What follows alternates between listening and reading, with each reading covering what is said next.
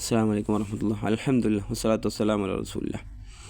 ആയത്തുകുർസിയുമായി ബന്ധപ്പെട്ട് നമ്മൾ ഒരല്പ കാര്യമാണ് മനസ്സിലാക്കുന്നത്.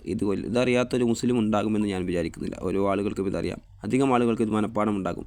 മനഃപ്പാഠമില്ലാത്തവർ വീണ്ടും വീണ്ടും കേട്ട് എൻ്റെ ഒരു ഞാൻ കൊടുക്കുക, ഇത് ഞാൻ തന്നെ ഒരു 6 മിനിറ്റോളം, അതുപോലെ നിങ്ങൾ വീണ്ടും വീണ്ടും കേൾക്കുക, വീണ്ടും വീണ്ടും കേട്ട് പഠിക്കുക. 6 മിനിറ്റോളമുള്ള വീഡിയോ ഞാൻ തന്നെ ചെയ്തിട്ടുണ്ട്. ആയത്തുകുർസി ഓരോ പണ്ഡിതന്മാർ പാരായണം ചെയ്യുന്നത്, നിങ്ങൾക്ക് വേണമെങ്കിൽ ഇത് കേൾക്കാവുന്നതാണ്. അതേപോലെ ഇവിടെ ആയത്തുകുർസിയുമായി ബന്ധപ്പെട്ട് നിരവധി തവണ പ്രവാചകൻ സ്വല്ലല്ലാഹു അലൈഹി വസല്ലം ഇത് പാരായണം ചെയ്യാൻ നമ്മോട് കൽപ്പിച്ചിട്ടുണ്ട്.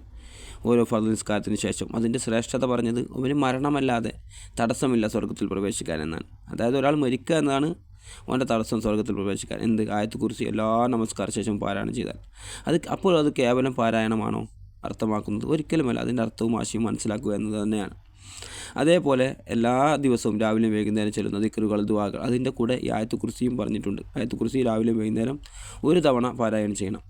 അതേപോലെ രാത്രി കിടക്കുന്ന സമയത്തും ഓരോ മനുഷ്യരും കിടക്കുന്ന സമയത്ത് നമുക്കറിയാം പിശാചിൽ നിന്നുള്ള കാവൽ ലഭിക്കുക എന്നത് ഏറ്റവും പ്രധാനപ്പെട്ട കാര്യമാണ്. അവിടെയും പ്രവാചകൻ സ്വല്ലല്ലാഹു അലൈഹി വസല്ലം പറഞ്ഞ ആയത്തുകുർസി പാരായണം ചെയ്യുക.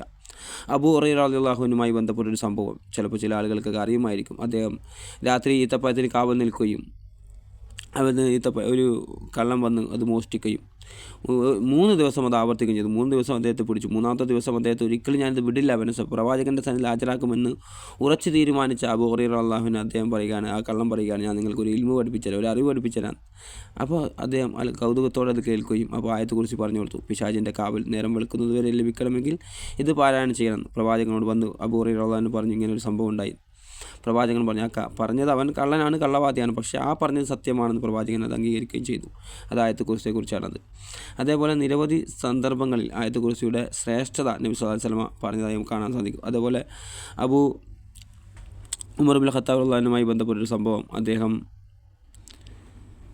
ചോദിച്ചല്ലോ ഒരു കൂട്ടം ആളുകളോട്, അദ്ദേഹം ഇങ്ങനെ ഒരുപാട് കാര്യങ്ങൾ ചോദിക്കുകയും പറയുകയും ചെയ്യുന്ന ഒരു സന്ദർഭം.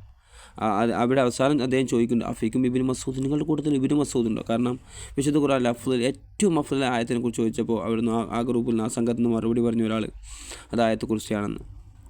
അതുപോലെ ആയത്തുകുർസിയുടെ അത്രമാത്രം ശ്രേഷ്ഠതകളുണ്ട് സഹോദരങ്ങളെ.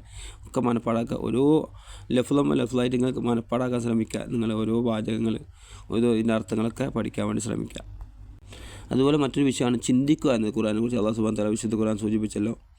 29-ാമത്തെ വചനം, സൂറത്ത് ബഖറയിലെ 29-ാമത്തെ വചനം, നബിയെ നിനക്ക് നാം അവതരിപ്പിച്ചു തന്ന അനുഗ്രഹീത ഗ്രന്ഥമാണിത്.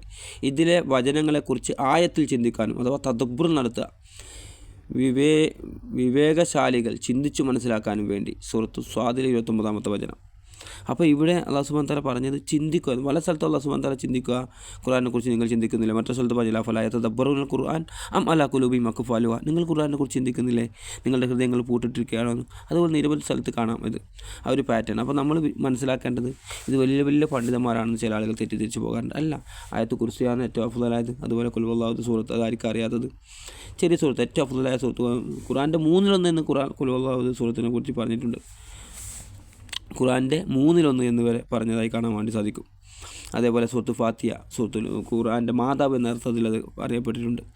അപ്പോൾ അങ്ങനെയുള്ള ചെറിയ ചെറിയ നമുക്കറിയാവുന്ന സൂറത്തുകൾ, ആയത്തുകുർസി, പിന്നെ ആമന റസൂൽ, ഇതൊക്കെ നമുക്കറിയാവുന്ന ആയത്തുകളാണ്. അതൊക്കെ വെച്ചിട്ട് നമ്മൾ തദബ്ബുർ നടത്തുക, ചിന്തിക്കുക. അപ്പോൾ വലിയ വലിയ കാര്യങ്ങൾ പഠിക്കണമെന്നില്ല, ചിന്തിക്കാൻ. അതുപോലെ ഇതിൻ്റെ ചെറിയൊരു അർത്ഥം കൂടി ഞാൻ പറയാം, അപ്പോൾ എൻ്റെ സമയം ക്ലിയറാവും. അല്ലാഹു ലാ ഇലാഹ ഇല്ലാ ഹുവൽ ഹയ്യുൽ ഖയ്യൂം, അള്ളാഹു അല്ലാത്ത ഒരൊറ്റ ഇലാഹുമില്ല, ഒരു ആരാധ്യനുമില്ല അള്ളാഹു അല്ലാതെ. അയ്യുൽ ഖയ്യൂം, എന്നെന്നും ജീവിച്ചിരിക്കുന്നവൻ, എല്ലാം നിയന്ത്രിക്കുന്നവൻ. ലാ തഖുദു സിനത്തുൻ വലാ നൗം, അവന് ഉറക്കമോ മയക്കമോ ഒരിക്കലും ബാധിക്കില്ല. ഉറക്കം എന്ന് പറഞ്ഞാൽ നമുക്കറിയാം, മയക്കം എന്ന് പറഞ്ഞാൽ ചെറിയ ഉറക്കിലേക്ക് വൈദ്യുതി വന്നൊരു രംഗമുണ്ടല്ലോ, കണ്ണൊക്കെ ഇങ്ങനെ ഒരു ഉറക്ക് പിടിക്കുന്നൊരു സന്ദർഭം, അതുപോലും അള്ളാഹുവിന് ഉണ്ടാവുകയില്ല. ലഹു മാഫി സമാവാതി വ മാഫിൽ അർദ്, ആകാശഭൂമികളുടെ നിയന്ത്രണം അവനാണ്. ആകാശഭൂമികളെ ലഹു മാഫി സമാവാതി മാഫിൽ, അവനുള്ളതാണ് ആകാശഭൂമികളുള്ളത് മുഴുവനും, അതെല്ലാം അവൻ്റെ നിയന്ത്രണത്തിലാണ്. മൻദല്ലദി യശ്ഫഉ ഇൻദഹു ഇല്ലാ ബിഇദ്നി, ആകാശഭൂമികളുള്ളതെല്ലാം അവൻ്റെതാണ്. അവൻ്റെ അനുമതി പ്രകാരമല്ലാതെ അവൻ്റെ അടുത്ത് ശുപാർശ ചെയ്യാൻ ആരും തന്നെ ഇല്ല. ഇവിടെ ചോദ്യം പോലെയാണ് അത് വന്നിട്ടുള്ളത്. ആരുണ്ട് അവൻ്റെ അടുത്ത് ശുപാർശ? അതായത് ഒരാൾക്കും അവൻ്റെ അനുമതി പ്രകാരം അവരെ ശുപാർശ ചെയ്യാൻ സാധിക്കുകയില്ല. സൃഷ്ടികളുടെ മുമ്പിലുള്ളതും പിന്നിലുള്ളതും എല്ലാം അല്ലാഹു സുബ്ഹാനഹു വ തആല അറിയുന്നവനാണ്. അള്ളാഹു ഉദ്ദേശിക്കുന്നതല്ലാതെ അവൻ്റെ സൃഷ്ടികൾക്ക് അറിയാൻ സാധ്യമല്ല എന്നാണ് മറ്റൊരു ഭാഗം പറഞ്ഞത്, അള്ളാഹു സുബ്ഹാനഹു വ തആല പറഞ്ഞത്. അത് അള്ളാഹു സുബ്ഹാനഹു വ തആല ഉദ്ദേശിക്കുന്നതല്ല, ഒരാൾക്കും അറിയില്ല. പ്രവാചകന്മാർക്കോ അമ്പിയാക്കൾക്കോ ഔലിയാക്കൾക്കോ ആർക്കും അറിയില്ല അള്ളാഹു ഉദ്ദേശിക്കുന്നതല്ലാതെ. അതേ ഖുർആനിലെ തന്നെ മറ്റൊരു സ്ഥലത്ത് പറഞ്ഞില്ലേ, അവർക്ക് വളരെ കുറച്ച് അറിവ് മാത്രമേ നൽകപ്പെട്ടിട്ടുള്ളൂ എന്ന്. അതേപോലെ അള്ളാഹുവിൻ്റെ കുർസി ആകാശഭൂമികളെ മുഴുവൻ ഉൾക്കൊള്ളുന്നതാകുന്നു. നമുക്കറിയാം ആകാശഭൂമികളുടെ ഭൂമിയുടെ വിശാലത എത്രയാണ്. ഒരു നാടിൻ്റെ, ഒരു രാജ്യത്തിൻ്റെ നിങ്ങൾ ചിന്തിച്ച് നോക്കുക. സൂര്യൻ്റെ, നക്ഷത്രത്തിൻ്റെ, ഗാലക്സികളുടെ ഇതിൻ്റെയൊക്കെ വലിപ്പത്തിൽ അതിൻ്റെയൊക്കെ ഏറ്റവും വലിയ സൃഷ്ടിയാണ് അള്ളാഹുവിൻ്റെ അർശ്. വസിയ കുർസിയുസ് സമാവാത്തി വൽ അർദ്. അതുകൊണ്ട് ആയത്ത് കുർസി എന്ന് പേര് വന്ന്